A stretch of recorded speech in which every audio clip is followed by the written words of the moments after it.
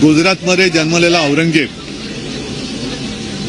गुजरातमध्ये जन्माला आलेला औरंगजेब छत्रपती शिवाजी महाराजांनी संघर्ष करून बलाढ्य सत्तेला नमवून जे हिंदवी स्वराज्य स्थापन केलं होतं त्या स्वराज्यावरती महाराजांच्या निधनानंतर चालून आला होता. औरंगजेब जिंकायला आला होता महाराष्ट्र, पण महाराष्ट्राच्या मातीचा एक कणही जिंकू शकला नाही. महाराजांपासून स्फूर्ती आणि प्रेरणा घेतलेल्या महाराष्ट्राने, मग त्याच्यात साहजिकच आहे छत्रपती संभाजीराजे, राजाराम महाराज, ताराराणी आणि असंख्य मावळ्यांनी त्याला मुठमाती दिली. थोडक्यात काय की महाराष्ट्र जिंकायला आलेला औरंगजेब, गुजरातमध्ये जन्मलेला औरंगजेब महाराष्ट्र जिंकायला आला होता. महाराष्ट्रातली माती तो जिंकू शकला नाही, मातीचा कण जिंकू शकला नाही, पण महाराष्ट्राने त्याला मुठमाती दिली. अशा औरंगजेबाचं समर्थन कोणीही शिवप्रेमी करणार नाही. त्याच्यामुळे जर कोणी त्यांचं थडगं उकरण्याची भाषा करत असेल तर नुसती भाषा किंवा आंदोलन करण्यापेक्षा डबल इंजिन सरकार जे आहे ते नुसतं वाफा सोडतंय का? कारण मुख्यमंत्र्यांनी ही कबर उखडण्यामध्ये असमर्थता दाखवलेली आहे आणि त्याला केंद्राचं संरक्षण आहे. म्हणजे केंद्र सरकार औरंगजेबाच्या थडग्याला संरक्षण देणार असेल तर मग केंद्र सरकारला विचारलं पाहिजे किंवा भारतीय जनता पक्षाला आम्ही विचारतोय, तो औरंगजेब तुमचा कोण लागतो? आणि दुसरी गोष्ट अशी की औरंगजेब असो, अफजल खान असो, ही छत्रपती शिवाजी महाराजांच्या पराक्रमाचे पुरावे आहेत. ते जर यांना वाटत असेल नष्ट करायचं तर आंदोलन काय करताय? तुम्ही सरकारकडे जा, मोदींकडे जा आणि मोदींना म्हणा की गुजरातमध्ये जन्माला आलेला औरंगजेब जो महाराष्ट्राने त्याला मुठमाती दिली ती कबर तुम्ही उद्ध्वस्त करा.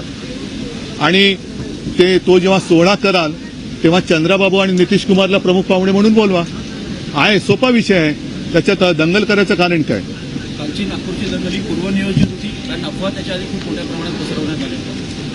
आता त्याच्याबद्दल गृहमंत्र्यांचं घर हे नागपूर आहे, RSSचं मुख्य कार्यालय नागपूर आहे. अशा या नागपूरमध्ये हिंदू खतरमे कसा काय? मग इतके वर्ष तुम्ही केलं तरी काय नेमकं? मग पूर्वनियोजित असेल तर तुमचं गृह खातं झोपा काढत होतं का? हा पूर्वनियोजित कट तुमच्या कानावर आला का नाही? आणि जर आला असेल तर तुम्ही त्याच्याकडे दुर्लक्ष केलं का? या सगळ्या एका प्रश्नामध्ये अनेक प्रश्न दडलेले आहेत. राज्याचं अधिवेशन सुरू आहे, या अधिवेशनामध्ये राज्याचे जनतेचे प्रामुख्याने प्रश्न सोडवले गेले पाहिजे, मांडले गेले पाहिजे. मात्र औरंगजेब अगदी तुमचा प्रश्न योग्य आहे. सरकार त्याचं अपयश लपवण्याचा प्रयत्न करते आणि हे अपयश लपवण्यामध्ये आणखीन अपयशी ठरते. मला भारतीय जनता पक्षाला एक प्रश्न विचारायचा आहे की तुमचं हिंदुत्व आम्ही पाहिलेलं आहे, हे हिंदुत्वाचं ढोंग आम्ही पाहिलेलं आहे.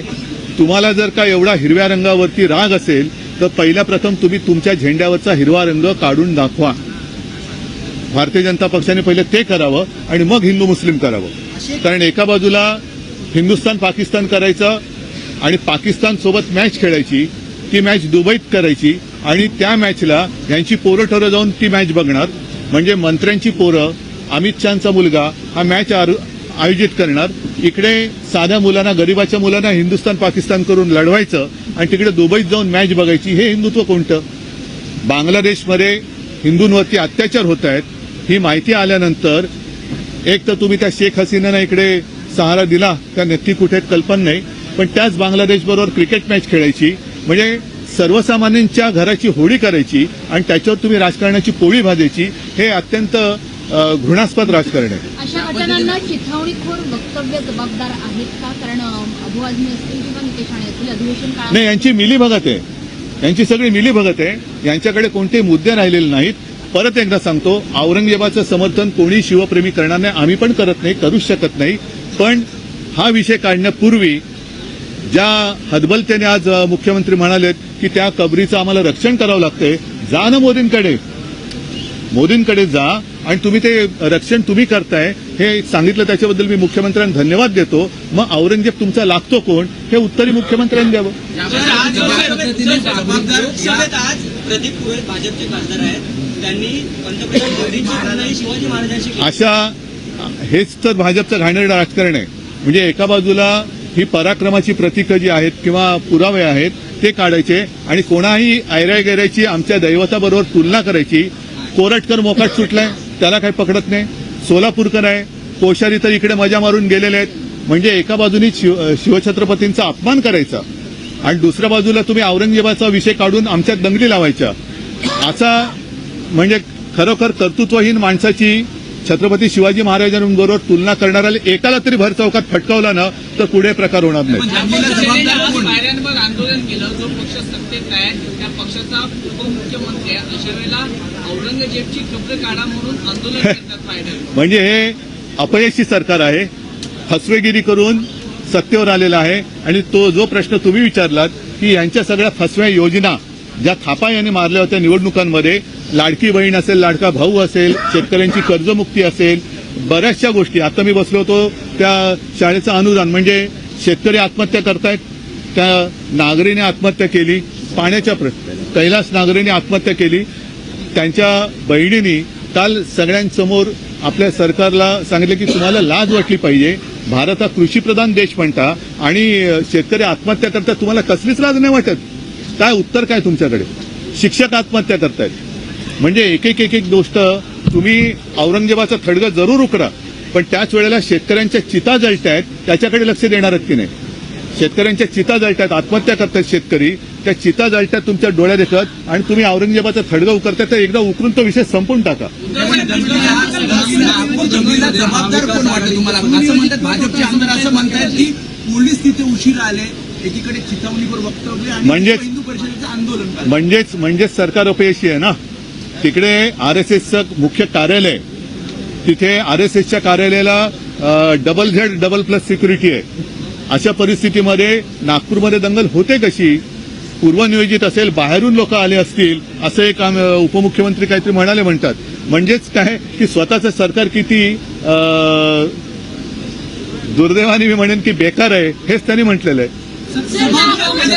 मुख्यमंत्री एकनाथ शिंदे अनिल परब बोलत असताना उपमुख्यमंत्री एकनाथ शिंदे हे आक्रमक झालेले पाहायला मिळाले. आक्रमकपणे ते आक्रमकपणा नव्हता, तो भेदरटपणा होता. त्या भेदरटपणाला आक्रमकपणा नाही म्हणता येत.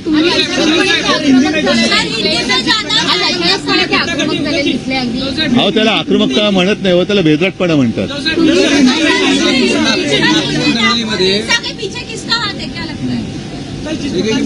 मैं मुख्यमंत्री नहीं हूँ, ना ही मैं गृह मंत्री हूँ. तो मुख्यमंत्री जो है, मुख्यमंत्री जी को पूछो किसका हाथ है, क्योंकि आरएसएस का मुख्यालय वहाँ है. अब इनके कार्यकाल में वहाँ डबल इंजन सरकार है ना, महाराष्ट्र में और केंद्र में. तो डबल इंजन सरकार की असफलता है और अगर ये सरकार असफल है तो इन्होंने इस्तीफा देना चाहिए. सर, भाजपा ने कहा ये हिंसा है जो ये साजिश की ओर इशारा करती है. साजिश की ओर इशारा करती है. किसकी साजिश है? किसकी साजिश है?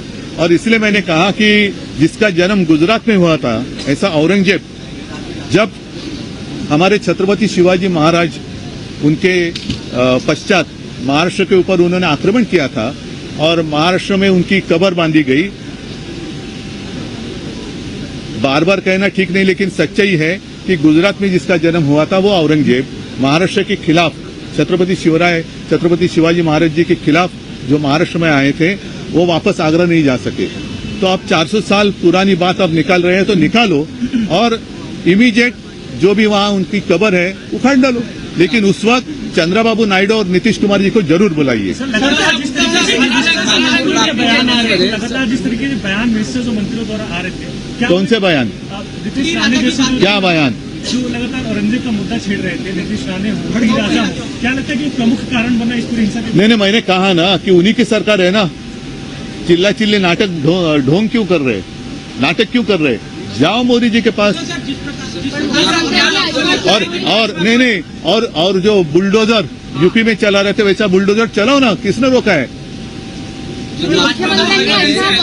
अगर ऐसी बात है तो भाजपा ने अपने झंडे से हरा रंग निकालना चाहिए. बिल्कुल. अगर भारतीय जनता पार्टी बीजेपी को हरे रंग से कुछ तकलीफ है तो उनके झंडे पर जो हरा रंग है वो उन्होंने हटाना चाहिए. तुम्ही आमच्या भगव्याला कलंक लावण्याचा प्रयत्न केला. शिवसेनेचा भगवा जो शिवछत्रपतींचा भगवा आहे त्याला कलंक लावण्याचा प्रयत्न केला आणि तुम्ही आम्हाला हिंदुत्व शिकवता. तुमच्या झेंड्यावरचा पहिला हिरवा काढा. एकनाथ शिंदे ठीक आहे. आज असं बोलले सभागृहात, अनिल परब यांना उद्देशून असं बोलले की तुम्ही आणि अनिल परब हे नरेंद्र मोदी यांना भेटायला गेला होता आणि माफी हो, तेव्हा एकनाथ शिंदे हे मोदींच्या कचरा डस्टबिनमध्ये होते, आम्हाला कळलंच नाही. चला, धन्यवाद. जय हिंद, जय महाराष्ट्र.